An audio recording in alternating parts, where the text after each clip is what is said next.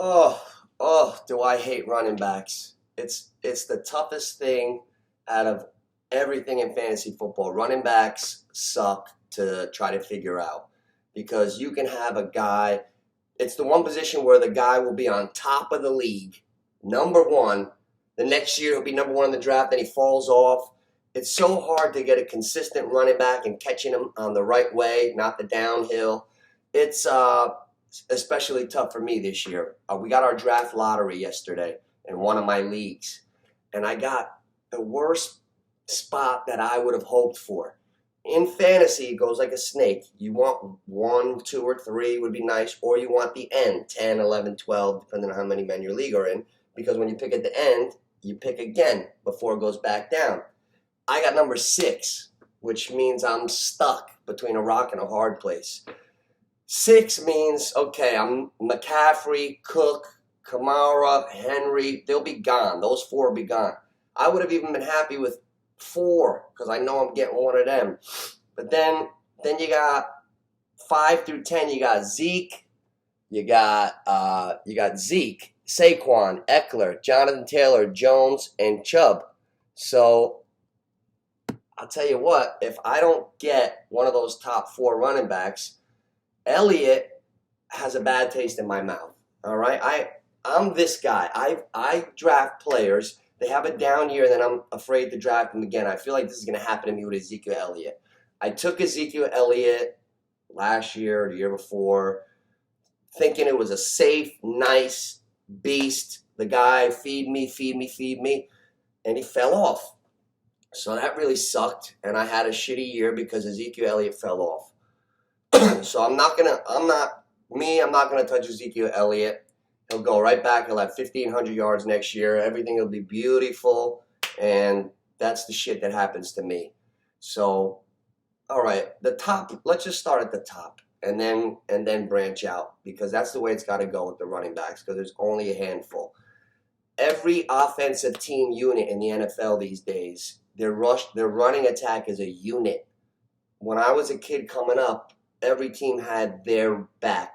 Every team had a bell cow. Now, as things evolve, the league changes, health issues, the pounding, most teams have dual threats at running backs, and it's more of a unit. So when you can get a running back that dominates the touches and the carries and the whole time on the field, you got to jump on them. Those guys that are so valuable that you're not even sure who the other running backs are on the team, so to speak. So Christian McCaffrey, he's the perfect do-it-all back. He runs, he catches, he's tremendous. But last year, he went down early. He was a number 1 pick in a draft, or top 3. So Mike Davis, who no one was even looking at, became like a top fantasy running back last year. So a guy that none of us even drafted, we're all doing all this homework, we're studying, we're cramming numbers. A guy that nobody even looked at became the best guy in the league. Whoever had Mike Davis, he filled him in for McCaffrey, and you had an RB number 1 last year. So it's all screwed up. So you need a little luck. You go McCaffrey. Then who are the usual suspects? Derrick Henry, the rushing champ from last year. The guy rushed for 2,027 yards. And I got news for you. He's not just a bruiser. If you pay attention to Derrick Henry, he might be the leanest, big, giant back I've ever seen. The guy's in tremendous shape. And on the next-gen stats, the guy hit 21 miles an hour running last year, which was like 9th in the league, which is fast. How fast is that? I'll give you an analogy. Took a bike ride the other day. Driving through all the way down to the beach and back. I'm on my bike going home. I decided to hit it a little bit. I'm pedaling hard because it was a radar thing. When I passed it, I was going 19. And I was fucking flying on the bike. If Derrick Henry's running 21 miles an hour, that's big time. That's huge. I don't see him slowing down. I see YouTube videos of him squatting 8 million fucking pounds. He's ready. That team, that unit is Derrick Henry. That is the unit. So how could you go wrong with Derrick Henry? And he didn't explode his first couple years in the league. He wasn't the Henry he is now. I know guys that had him 3 years ago, and he was good, but he really hit his prime. Like, if you never played fantasy football before and you think Henry was this valuable 3 years ago, you got another thing coming. He wasn't. Things change often. So you got Mccafrey, usual suspect. Henry, how could you not? Then you got to go to Dalvin Cook. Guy plays for Minnesota. He actually was Adrian Peterson's replacement a few years ago. He tore his ACL a couple times, but he came back healthy. The dude is a speed demon. Runs a 4.3. He rushed for 1,557 yards last year, and he's amazing. He's amazing. He's got every skill you could have, and in the next gen stats, there's a remarkable runs category that I like to look at. Shows you the backs that are doing things after contact, really like it shows you the nitty-gritty of it, how much yards they got after the initial. And the remarkable runs leader, he's up there. Ronald Jones is up there, who's not even on the list in the top 15 because they got a dual backfield. We'll get to that. So it's units that we're looking at. Derrick Henry right up there in the remarkable runs. One of my favorite backs, but he just wasn't really healthy last year. I love Mostert. Raheem Mostert for San Francisco.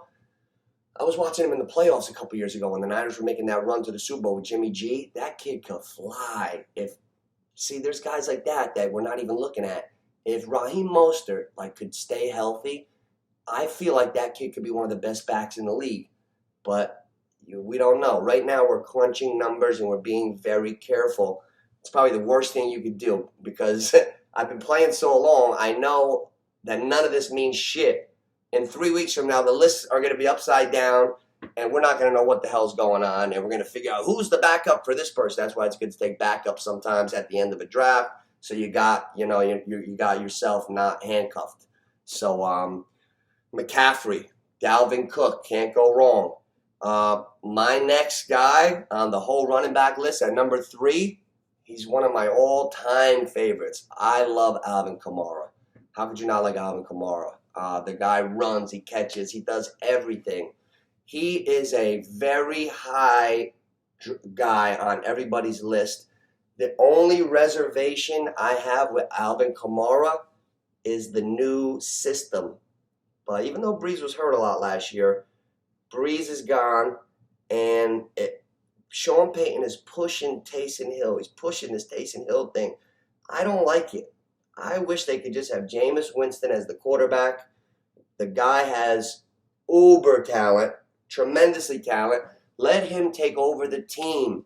So you got a quarterback, a passing game. Then when Kamara comes in, he could do his thing. I hope Kamara doesn't get screwed up by the Saints totally stinking.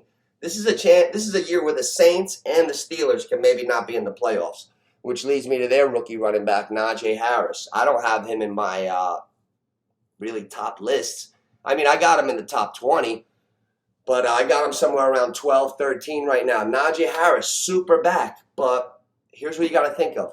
What if Pittsburgh stinks? If a team can't get down the field and score and be a threat to score often, your good player doesn't equate to fantasy. You're going to have a shit guy on your team.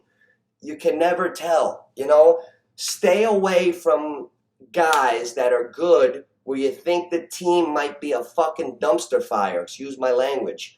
But those dumpster fire teams give you nothing. You have good players and nothing to show for it.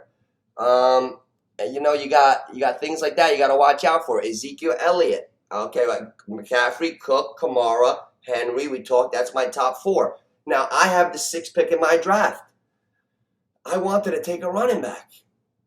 Am I going to take Zeke? I just told that story. No. And he's in great shape. So now what are we looking at? Me at 6. Let's play hypothetical right now. I'm at 6 in the whole league. If 5 running backs come off the board, I got a serious question to ask myself. Do I go for the next top running back? Because I'm not going to pick again for a minute, and I might be looking for fillers at running back if I don't. Or do I take a Chubb, who I love, Aaron Jones, who I love, Do I have big cojones and do what I keep saying I'm going to do every year but never have yet? Is this the year it might help when everybody's afraid of him, like repellent? Saquon Barkley. I have a running joke with my neighbor, Ryan. Shout out to Ryan Patterson. I had a joke, I was standing joke the last couple of years. I said, you don't have the balls to take Barkley 1. One year he got number 1, took him. And then one year, last year, I was ahead of him, and I didn't take him. And I picked somebody else, and he did. He loves Barkley. I love him too. We're Giants fans. Now, if Saquon Barkley's sitting there at number 6, that's one of the guys that I'm seriously looking at. I'm looking at 3 backs at number 6, anticipating that Mccafrey, Cook, Kamara, Henry, and Zeke will be off the board. So now I'm looking at, like I said, Chubb. Nick Chubb to me is player-wise, just running back-wise, he's one of my top 5 running backs. He is a natural. He's a horse. He's big. He's strong. He's fast. He's a real solid running back, hitting his prime, young. He's in the perfect position. I think Nick Chubb he's what makes Cleveland go. They became a real team when that running game got churning. When Baker Mayfield's got Chubb, Kareem Hunt, who you can't forget about, and then that'll open up Beckham this year, who's back, Landry, the tight ends we didn't even talk about. You got a complete team out there in Cleveland, and you got a good unit. So Nick Chubb is someone I would seriously consider with my 6th pick. I love Nick Chubb. Then you got Saquon. I'm going to get to him 3rd because that's the most intriguing piece I have to talk about. Aaron Jones is my next personal favorite. He reminds me of Dre. He looks just like my friend Andre, who was a running back with me coming up. 5'10", 5'11", 185 pounds. Just a tremendous football player. The guy he's a football player. Don't sleep on Aaron Jones for the Packers. He's the best I've ever seen. I want you to look at this when he's playing this year. He's the best I've ever seen at getting the rock, getting contact. Say he gets hit at the 6-7 yards. Every time he gets hit, he has a natural knack. I don't know if anyone taught him this or if it comes natural. When he hits, he spins and gets an extra 2 yards every carry. He can get hit at 3, spin off right. He can get hit at 4 yards, spin off left. He's the best I've ever seen at doing that. He churns out yards. That kid is more valuable to the Packers. He's just as valuable as Adams and Rodgers right now. Aaron Jones is the truth. That's why I would step up. And even though in the whole rankings he'd be lower than 6, I can't worry about numbers. Because when I'm 0 forever in Super Bowls in fantasy. I don't win the Super Bowls. I get to the playoffs. One year I had a 13-0 team. I drafted Adrian Peterson when he was known as the best running back in football. And then I took a shot on the comeback on this kid from Tennessee, Chris Johnson. He just happened to rush for 2,000 yards that year. Imagine that year, having Adrian Peterson and CJ2K every Sunday.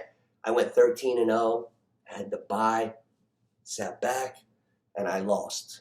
And I didn't even make the fucking Super Bowl. I lost in the first round. 13-0, lost. So you need a little luck. I had Adrian Peterson, Chris Johnson, didn't go my way. I love Aaron Jones. I could see myself going with him. Definitely not going with a guy from a shit team or that I don't know too much about or just had good numbers, so I'll go with him. I'm done with those days. So it's going to be somebody I like.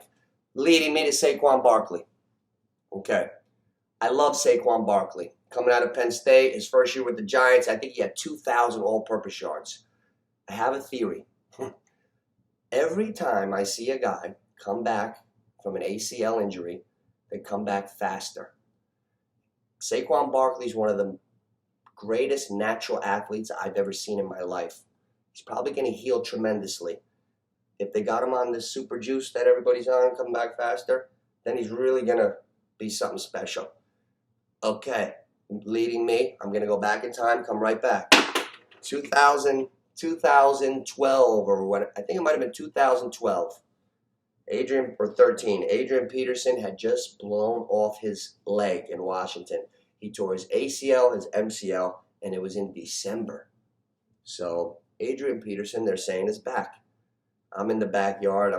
My friends from Passaic. I'm in that league that year. That I won and never got paid. Go fuck yourself. But that's water under the bridge. You guys are all much more mature now. You were only 30 at the time, so don't worry about it. You were young. But I trust that you guys have grown up. But will I go in your league? No. But I love you guys. I'm just fucking around. I had my regular team going. Here we go. We're in the 7th, 8th round, and I see Adrian Peterson sitting there, and the guy literally he destroyed his leg. I took a shot on Adrian Peterson off the torn everything, and he rushed for 2,000 yards that season. He came off the ACL and ran for 2 Gs.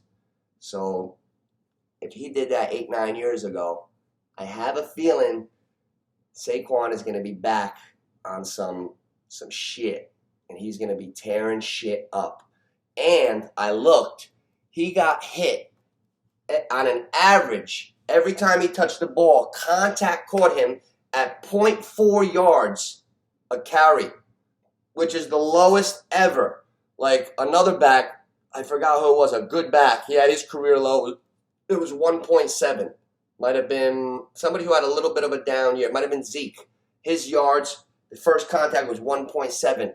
Saquon was getting hit at 0.4, which means the line wasn't doing shit. But then Wayne Gallman came in and had a good season. So the Giants must have addressed and fixed that line. If they can block normal, there's no reason that Saquon Barkley can't be your bell cow. Because I was thinking to myself the other day, I was so upset. I was looking at a preseason game, and I'm watching the Niners, and I see Wayne Gallman on the carry. I'm like, oh, why? Wayne Gallman from Clemson filled in beautifully for Barkley last year and had a nice season, and the Giants let him go. San Francisco 49ers added him. They got a lot of running backs. They drafted running backs. They got Mostert. They got Gallman. They're really built. I tell you what, if any running backs go down in San Francisco, they're not going to be missing a beat. They got like 4 horsemen over there by themselves. So I was upset to see Gallman gone, but I think Saquon is going to hit that Adrian Peterson comeback type of year and tear shit up. So I might go with Saquon at 6 if he's there, Aaron Jones or Chubb. Now, if Saquon, Jones, and Chubb are not there, that means that Henry, Kamara, Cook, or Mccafrey, one of them would be, which I would be shocked. So I could get a back that I want, or I could just scrap that and take the best receiver I think is there. If nobody takes a receiver, like if I want to grab Tyreek Hill, Adams, I could just start getting the best receiver. So I'm in a little bit of a conundrum there. I'm not really sure what I want to do. It's hard. Because we're going down, look how slowly we're going down, and there's so many questions of each guy. Austin Eckler is ranked number 7 or 8 or 9 on all these boards. Is he a great running back? Is he better than guys at 23 and 30? No, but it's the system. He caught a lot of balls last year. I think Eckler had 54 catches for 403 yards. That's a lot. I mean, that's he adds to the team in dual threats. That's why he's valuable. That's why, like a guy that I plugged in last year, I was hurt and I had running back injuries. I put J.D. McKissick off waivers from Washington. That guy put up numbers for me every week. He'd catch like 11 balls, PPR, for like 20 yards, and he was literally, I was robbing points every week. If you got a back that's all he does is catch a lot of balls, that's a good way to fill in. If you go receivers early, and then you get one good back, and then you go for a tight end, and then all of a sudden you don't have like really sure backs, then you got to get those guys that catch balls and do a little bit of everything. Last year, an injury happened. I forgot who the hell went down, but Myles Gaskin was a sleeper for me. If you didn't actually have Myles Gaskin for the Miami Dolphins last year, you probably won't even know what I'm talking about. I had Myles Gaskin. I grabbed him off waivers. That guy put up points all year. He was a really nice player. He's down there on the list, so you can keep an eye on Myles Gaskin from Miami. Going back to the top of the list, Jonathan Taylor, Indianapolis. A little bit different now. Carson Wentz, not sure if he's going to start, injury prone. Phillip Rivers had that team at least in a rhythm last year. Jonathan Taylor's a really super back. He's going to probably produce. Am I taking him? Absolutely not. Not fucking touching him. I don't know why. My instincts. I like Taylor. He's got the name, but I'm afraid. I'm just afraid. I like Indianapolis, but I'm not high on their team like everybody else is. There's a few teams that everybody's high on that I'm not. I think Indianapolis will probably go under 2 in the over-unders for the team wins and losses. I just haven't said anything about it yet. I don't like them. Not sure about taking Taylor or Hines or any of the Colts. Chubb is, and we're not even talking about Kareem Hunt. If Chubb ever went down, Kareem Hunt is RB1. So you got to think about Cleveland, the unit of running backs, Minnesota, Carolina, Indy, Tennessee, Green Bay, Baltimore. Those are rushing teams. J.K. Dobbins. Baltimore runs the rock. J.K. Dobbins had over 5 yards a carry last year. So that means it's not like if he gets more chances and Lamar's still running the RPOs and they open the field out, you got to look at J.K. Dobbins as a sleeper. Going from 10 to 20, you got Gibson for the Redskins. McKissick is Gibson's backup, but Gibson's supposed to be a good team. You know how I feel about teams that average 7 to 13 points a week? Out. I don't even want to talk about him anymore. I'm not wasting my breath on him. Najee Harris, great back. If Big Ben's throwing his 4-yard floaters, his over-under this year is 1,000 yards, but he should get it. But I just have a feeling Pittsburgh's going to stink, so I'm not touching him. Clyde Edwards-Helaire looked brilliant at times last year for the Chiefs. The Chiefs got a ton of weapons. How could you not like Clyde Edwards-Helaire? See, like once you get past the first 7, 6, 7, 8, 9 backs, you got to get a little lucky. I feel like the receivers are deeper. Chris Carson for Seattle. He's in the 12 to 20 back range. The guy's a talented back. He's a very good back for Seattle. Seattle likes to run the rock. They got to get back to being more balanced. Chris Carson is a safe pick, like where he's really a solid back. Montgomery for the Bears. This kid is an interesting case study. They kind of labeled him as a bust right away. Not everybody comes out of the gates great. Look at Saquon last year before he got hurt. He was averaging 1 yard a carry. You never know. Montgomery broke through a little bit last year, rushed for over 1,000 yards. He was supposed to be a really good one. I got my eye on David Montgomery from the Bears this year. That's one of my sleepers, along with Josh Jacobs from the Raiders. I really like Josh Jacobs. Jacobs is another guy on a half-ass team. They might get a little better. Gruden's there. Waller's a tight end. Carr had his best season last year, like certain stats I was reading, like next-gen stuff. Receivers, maybe, Ruggs comes into his own. I like Josh Jacobs. Runs hard. That's a guy. I got Montgomery from the Bears and Jacobs kind of in the same ballpark. If you're looking for rushing yards, there's only 9 running backs in the whole league that rushed for over 1,000 yards last year. There was 8. One of them was Lamar Jackson. 1,005. 8 down to 1. That's it. You got 8 1,000 rushers out of 32 teams. Jacobs, 1,065. Chubb, 1,067. Robinson for Jacksonville, who we didn't even talk about yet because I don't like shit teams. He had 1,070. Aaron Jones, who could do everything, 1,104. And we know he can catch and do everything.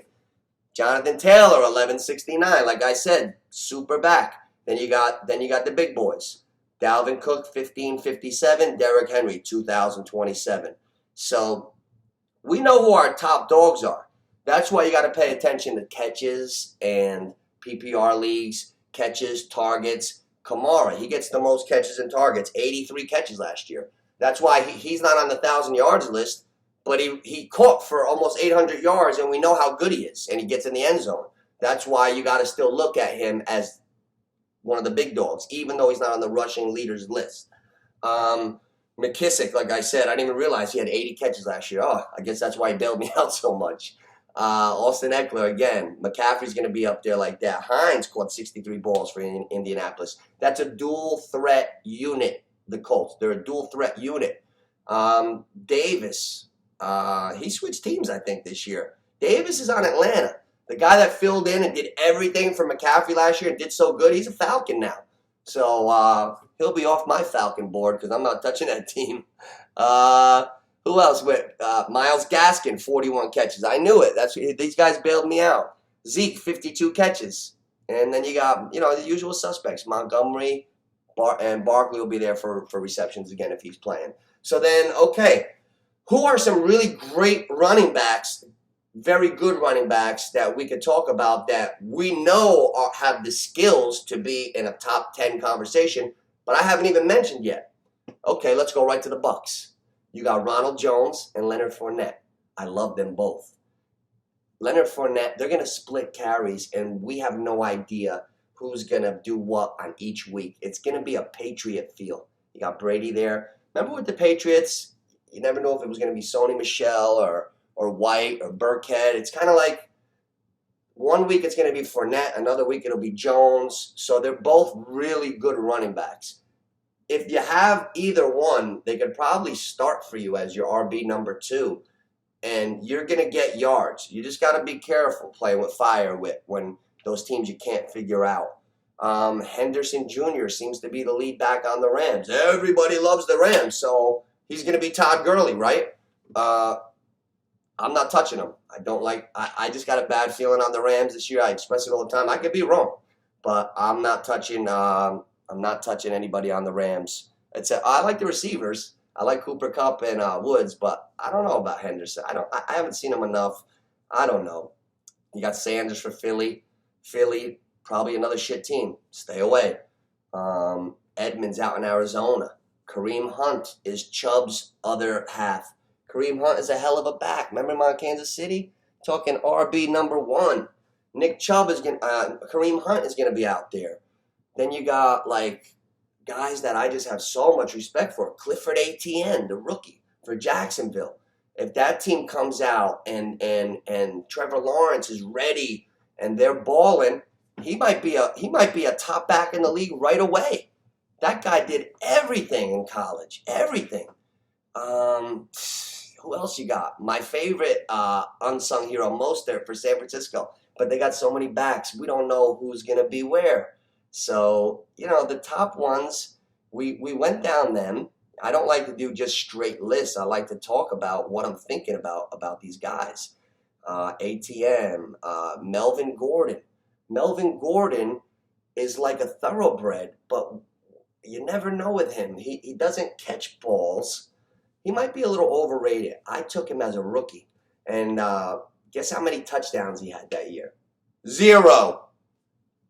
I never touched him again. The following year, 1,200, 10 touchdowns. That's the shit that happens to me. But Melvin Gordon's going to be up there in the list. How could you not like him? He's a nice back. He's ahead of Ronald Jones. Who else we got here? You got Connor out in Arizona, but he's been getting hurt the last couple years. So there's not a lot of backs. You got, did I forget anybody? I don't think so. I'm going down the line. Not really. The yards leaders, we went all over them. There's a couple big guys, there's a couple big dogs, and then it's up to your preference. So I don't even know if I'm going to take a running back in the first round. In my first round. If 5 big ones go, especially the ones I want, and I got a guy with a name and just a high ranking, look at David Johnson from a couple years ago. No, David Johnson, he was the number 1 back in the league. He's 40 right now. He's gone. He's like an afterthought. The running backs changed quick. Sean Alexander, remember him? Sean Alexander, gone in 2 years.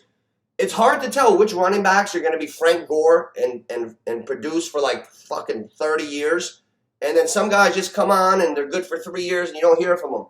DeMarco Murray, so it's hard. I'm going Mccafrey 1, Cook, Kamara, Henry, Zeke Elliott's in there, Saquon, Eckler, Jonathan Taylor, Jones for Green Bay, Nick Chubb. That's the top 10. And then after that, God bless. You got all the ones I mentioned. You got to look at guys with targets and the teams that you like. But other than that, it's anybody's ball game. So running backs are tricky, and make sure you have backups. Make sure you know who's backing up your main guy, because it's probably smart to have his backup, because we all know there's going to be a running back that's high on the list that goes down. Then this guy's going to come in. You're going to be like, who the fuck is that guy? In your McGregor voice. And then somebody's going to grab my waivers, and he's going to put up RB1 numbers for the whole season. So it's just a little luck and picking guys you like. Don't get paralysis by analysis and just follow stats from the year before. That shit never works. Think ahead, anticipate, and I'm anticipating Saquon on some of that super juice they got these guys on, and rushing for like 2 Gs. So I might end up, I think I'm going to go with my Giant this year, Saquon. I'm a Giants fan, and if I lose, I don't give a shit, because I never won a Super Bowl anyway. NBA, I don't even think. I'm so confident. I just look, click, and I'm in the championship. I either win it or I get beat in the championship or win the league every year since 10 years. Football, I'm thinking so much, and then you overdo it, and then all of a sudden you're picking guys you really didn't want to pick, and it backfires anyway. So running backs, see where your order is in the draft. If you're number 9 or 10 and there's a million running backs off the board, I might think it's smarter to take the best receiver in the league than the 9th best running back. It all depends where you are. And the way I was looking at it, if you have a top 3 to 5 pick in the league, you should probably go get one of those big dog running backs, because there's a lot of that. After that, they blend in a lot, and we have no idea what's going to go on. Nobody knew who the hell Myles Gaskin was last summer at this time.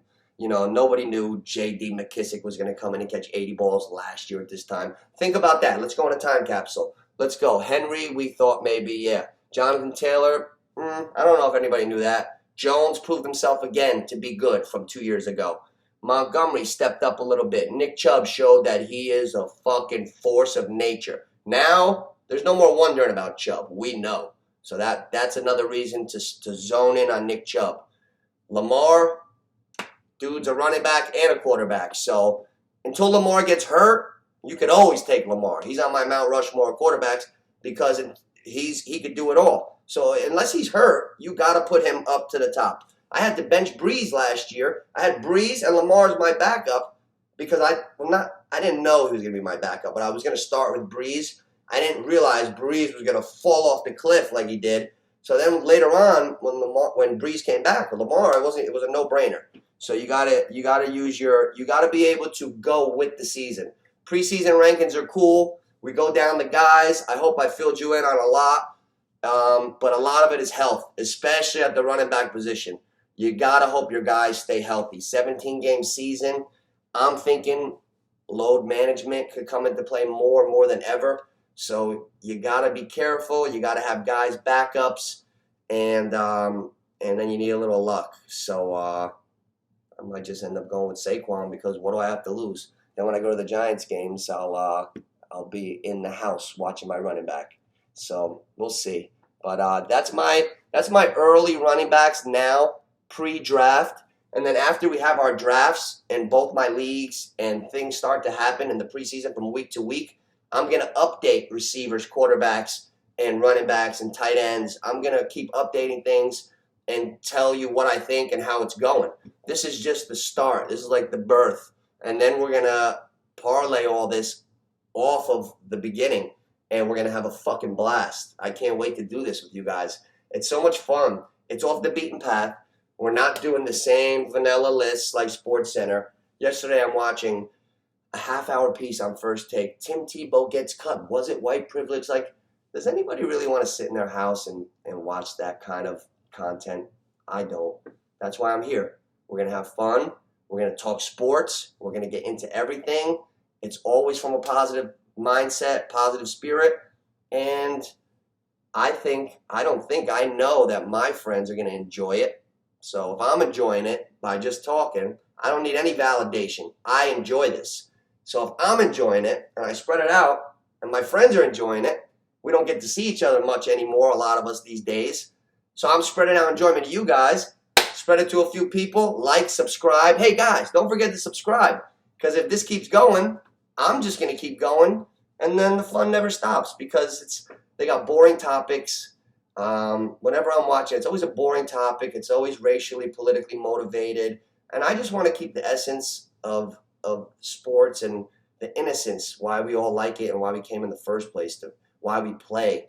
When I was in the locker room, all the sports I played in my life, those are my brothers. I love those guys, and I have bonds with them to this day. My sports teammates and rivals that I played against are my best friends on this earth. So sports is a beautiful thing to bring people together. And lately, all I see is division. So I'm going to keep on my grind, and I would appreciate your guys' support. And I'm just going to keep rolling out topics in my own little way of talking about things and articulating myself. And hopefully we just enjoy it. And I make you laugh. And if you get a little enjoyment, that's really all I want. So today we just circled the wagons on the running backs. And we'll get more in detail later. Wish me luck. My first draft is actually Monday, but I'll be doing a bunch of videos before that. And we got a long time. But yeah, I got the number 6 pick in my draft. So let me know who you would pick at number 6 down in the comments. And don't forget to subscribe, all right? See you later, guys.